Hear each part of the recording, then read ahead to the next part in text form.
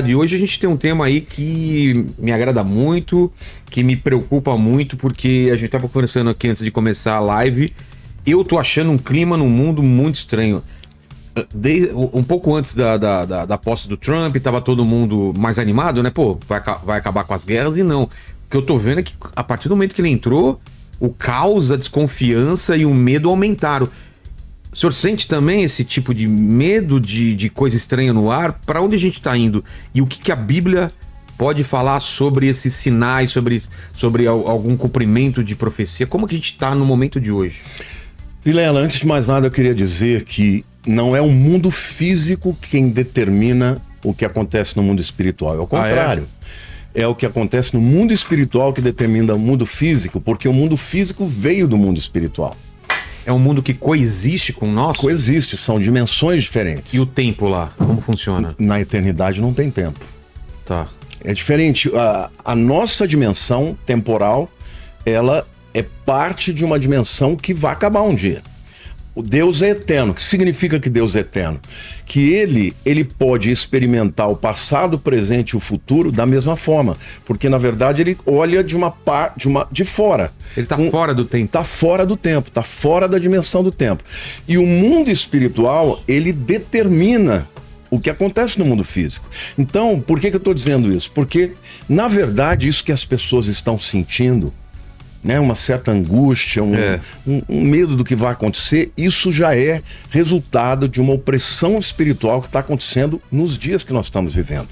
E eu, pessoalmente, acredito que nós estamos já vivendo num período que vai avançar para um governo do anticristo. Então, esse espírito de, né, essa fissura, esse medo, essa angústia, eu acho que algumas pessoas podem até tá tendo algum discernimento de que vai acontecer alguma coisa errada, mas mesmo as que não têm, estão sentindo a opressão que é resultado das batalhas espirituais que estão acontecendo. E eu acredito que a gente também pode deixar mais para o final do programa, mas eu acho que a inteligência artificial, ou o que vier a partir dela, é meio que um arauto desse final dos tempos, porque as possibilidades que se abrem daqui para frente de tecnologia, de substituição de emprego, de pobreza, e as mudanças climáticas e aumento das guerras, pode culminar para uma coisa meio irreversível, né? Não, será irreversível.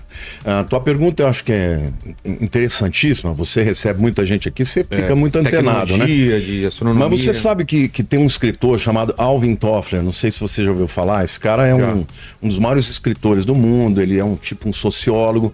Ele escreveu um livro que eu li há 30 anos atrás, chamado A Terceira Onda. Sim. Espetacular esse livro. O que ele dizia? Ele dizia que a primeira onda da humanidade era quando a humanidade ela vivia da agricultura. Ela saiu de caçador e coletor para agricultura. Ele está falando já da história mais... Se fixa em um lugar, começam a aparecer vilas, cidades e o agrupamento de pessoas. Só que o que ele diz? Que as relações entre pessoas dependem das relações comerciais. Então, quando a humanidade começou a se fixar, porque antes eram nômades, né? E ficavam andando, procura de alimento, de comida, de animais e tal. Quando eles se fixaram, começaram a criar as cidades, as vilarejos e tal. Mas, naquele tempo, ele disse que as famílias, elas não eram nucleares. Morava pai, mãe, tio, primo, avô. Era meio que amontoado? Tudo. Amontoado. Então, o mundo... Eram os clãs. Olha lá. É o autor de Choque do Futuro, que é outro livro fantástico também. O industrialismo e o nascimento de uma nova civilização. Então, primeira onda, agricultura. Agricultura. A industrialização é a segunda onda. E com a industrialização, houve uma mudança no mundo. Pô, total. O que ele, na verdade, afirma é que quando você muda de uma onda para outra, você muda o mundo enquanto... Toda a estrutura do mundo, o funcionamento do mundo. E nós estamos vivendo numa guinada também, numa virada. Eu vou falar um pouquinho mais pra frente sobre isso. Já está na terceira onda ou ela vai vir? Não, nós já estamos indo pra quarta onda. Qual é a terceira onda? A segunda onda é a da industrialização. Sim. O que aconteceu com a industrialização? As pessoas saíram dos campos e foram para as cidades.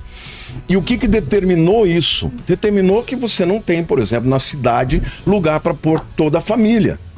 E aí nasceram as famílias nucleares, que mudou o conceito de família. E o que é a família nuclear? Pai, mãe e filhos. Sei. Isso é mais ou menos o que nós estamos vivendo isso. Só que ele, quando escreveu isso, ele disse que no futuro essas famílias elas mudariam da forma como elas seriam famílias. Aí ele começou a falar de divórcio, que aí é um camarada que tem filhos, mas casa com uma mulher que tem filhos, aí junta e aí depois ele fala pais solteiros, mães solteiras. Aí, exatamente, aí ele fala também dos casamentos de pessoas do mesmo sexo. Sim. Ele previu tudo isso acontecer. A terceira onda que ele prediz é a onda da tecnologia. Então é a onda que viu nascer o quê? Da internet. O computador, a internet, que também mudou a nossa. Totalmente. E a gente pegou isso. Você é mais jovem que eu, mas, poxa vida, eu vi o nascimento do celular. Eu tive o primeiro computadorzinho que eu ficava lá dando, tentando programar para dar aqueles comandos e tal. Eu me lembro que a primeira vez que me falaram de internet, eu falava, como assim? Tipo, o fax já era estranho antes. Já era estranho. Passa uma imagem aqui, ela sai em outro lugar. E mas o telefone, eu falava, telefone sem fio? Como assim? Como é que vai transmitir? É muito E quando falaram de internet, quer dizer, a tecnologia também mudou a vida das pessoas. Claro. Não é? Agora, é importante, quando você olha para a Bíblia, a gente saber discernir isso.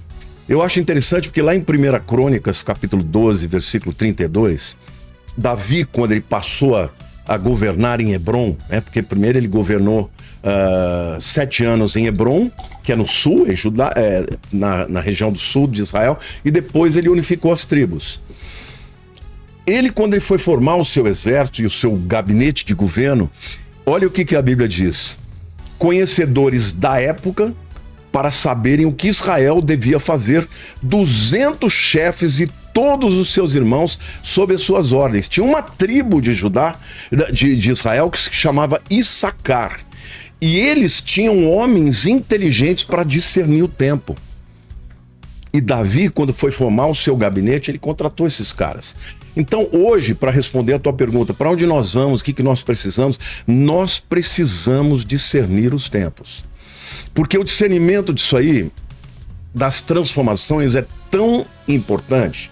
E eu estou falando tanto de discernimento espiritual, quanto de discernimento de inteligência mesmo. Por exemplo, você já ouviu falar do Holocausto Armênio? Sim.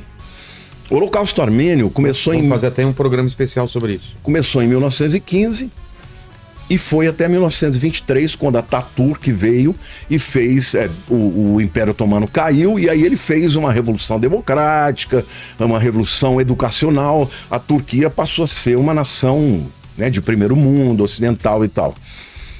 Só que durante esses 8 anos, os números mais, vamos dizer assim, econômicos, dizem que morreram 800 mil armênios. E os números maiores, 1.800.000. Os turcos, durante a Primeira Guerra Mundial, eles acabaram com a Armênia. Agora, por que é importante você discernir o tempo? Porque naquela época, os armênios que eram cristãos, muito crentes, um dia um profeta falou, olha, nós precisamos ir embora, porque a Armênia vai ser invadida pela Turquia e vai acabar com a nação. Muita gente não creu nisso. Mas os que creram e fugiram com as suas famílias foram salvos. Dentre esses, tem a família Shakarian, que depois, um desses descendentes do Shakarian é o Demo Shakarian, que é o fundador da DONEP. Já ouviu falar da DONEP? Não. Associação dos Homens de Negócio do Evangelho Pleno. Esse camarada impactou o mundo com evangelização para empresários e daí por diante. Mas ele conta no livro dele, O Povo Mais Feliz da Terra, que foi por causa do discernimento de um profeta e o discernimento daqueles que ouviram a profecia e decidiram abandonar tudo e ir embora, que a Armênia subsistiu. Porque primeiro eles mataram os homens, depois violentavam as mulheres e daí por diante, e praticamente a Armênia foi dizimada por conta dos turcos, que invadiram durante o período da Primeira Guerra Mundial. Então, a Bíblia fala sobre a importância de você discernir o tempo. E hoje nós estamos vivendo esse tempo também. E tem tanta gente, parece que avoada, que não está percebendo. Tem gente que quer negacionismo, não está percebendo que as coisas vão acontecer. Os sinais estão aí, Jesus mostra os sinais na natureza, os sinais de tudo que a Bíblia diz, que nós vamos falar mais pra frente, e as pessoas ainda assim preferem acreditar no mundinho que nós estamos vivendo e não discernir os tempos, e o discernimento, ele é muito importante.